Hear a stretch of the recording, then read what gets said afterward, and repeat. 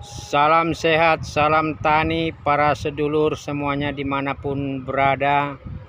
Saya berkunjung ini ke lahan Bos Edi ya, dan ini adalah tanaman brokoli yang lagi dipanen.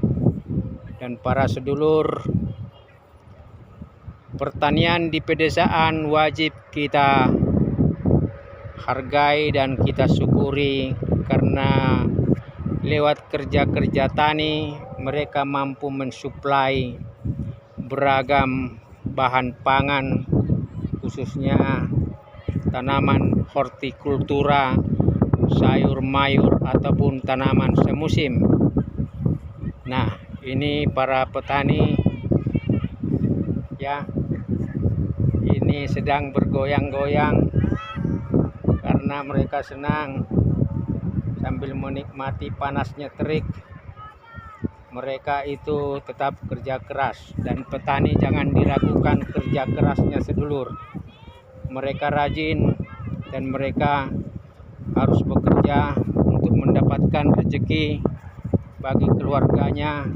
Dan ini adalah buah brokolinya. Oleh karena itu ada 3 subjek dari para pekerja di pedesaan yang wajib kita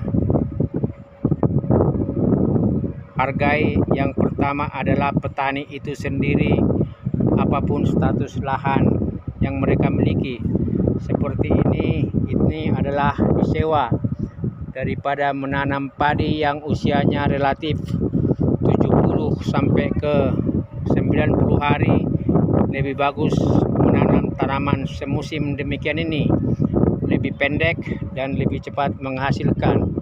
Jadi istilah ekonominya, tingkat pengembalian modal itu lebih pasti dan lebih jelas, meskipun selalu ada risiko-risiko eksternal yang tidak di tangan para petani. Tetapi mereka ini rajin dan mereka ini mensuplai bahan pangan, dan mereka adalah pelaku ketahanan pangan, dan mereka mensuplai kebutuhan khususnya daerah perkotaan. Jadi di perkotaan itu mereka bisa makan itu karena suplai dari para petani ya. Keringat dan kerja keras petani itulah yang membuat ketersediaan bahan pangan khususnya di perkotaan. Dan kita hargai subjek kedua adalah para pekerja tani.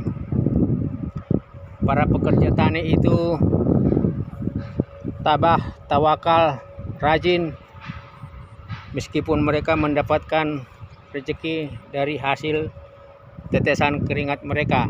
Nah, yang ketiga itu sedulur adalah para pedagang kecil. Jadi para pedagang kecil, khususnya ya pedagang di pasar, itu kalaupun mereka berikan harga, itu sebaiknya tidak usah ditawar, karena minimal ketika mereka mencari sepeser 2 peser itu sebenarnya ya hanya untuk mampu bertahan buat pendapatan keluarga, buat memenuhi kebutuhan harian mereka. Dan itu tentu ya sekaligus amal dan kebaikan kita, khususnya buat kepada para pedagang. Dan saya kira ya, saya sendiri adalah petani yang masuk ke pedesaan, dari perkotaan masuk ke pedesaan berkebun, dan ini mereka. Demikian, ada 3 subjek pelaku yang harus kita hargai kerja keras mereka. Yang pertama petani, yang kedua para pekerja tani, yang ketiga para pedagang di pasar. Jadi mereka hidup itu sebenarnya hanya untuk Haji Gopes. Ya, Pak Haji Gopes. Nah, Bos Gopes. Nah, ini Pak Haji.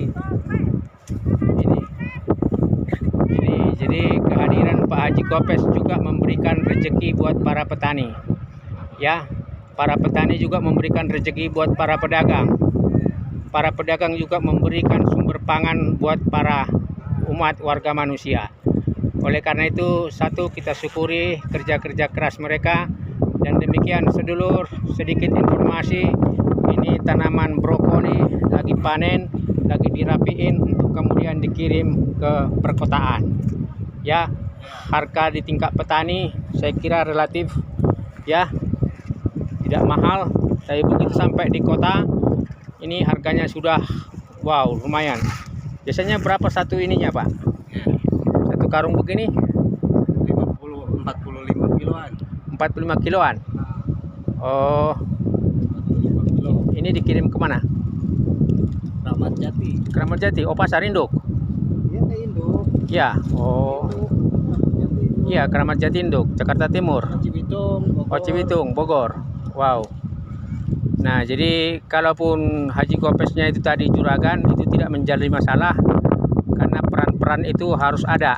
Ada peran yang ada pemodal, ada peran petani, ada peran pedagang, ada peran konsumen. Saha punten namina? Ya. Haji Asep. Oh, Haji Asep. Nah, ini dia mereka sedulur. Kita doakan semua para petani sehat selalu mereka dan mereka selalu mendapatkan kerja supaya dapat mendapatkan rezeki. Salam.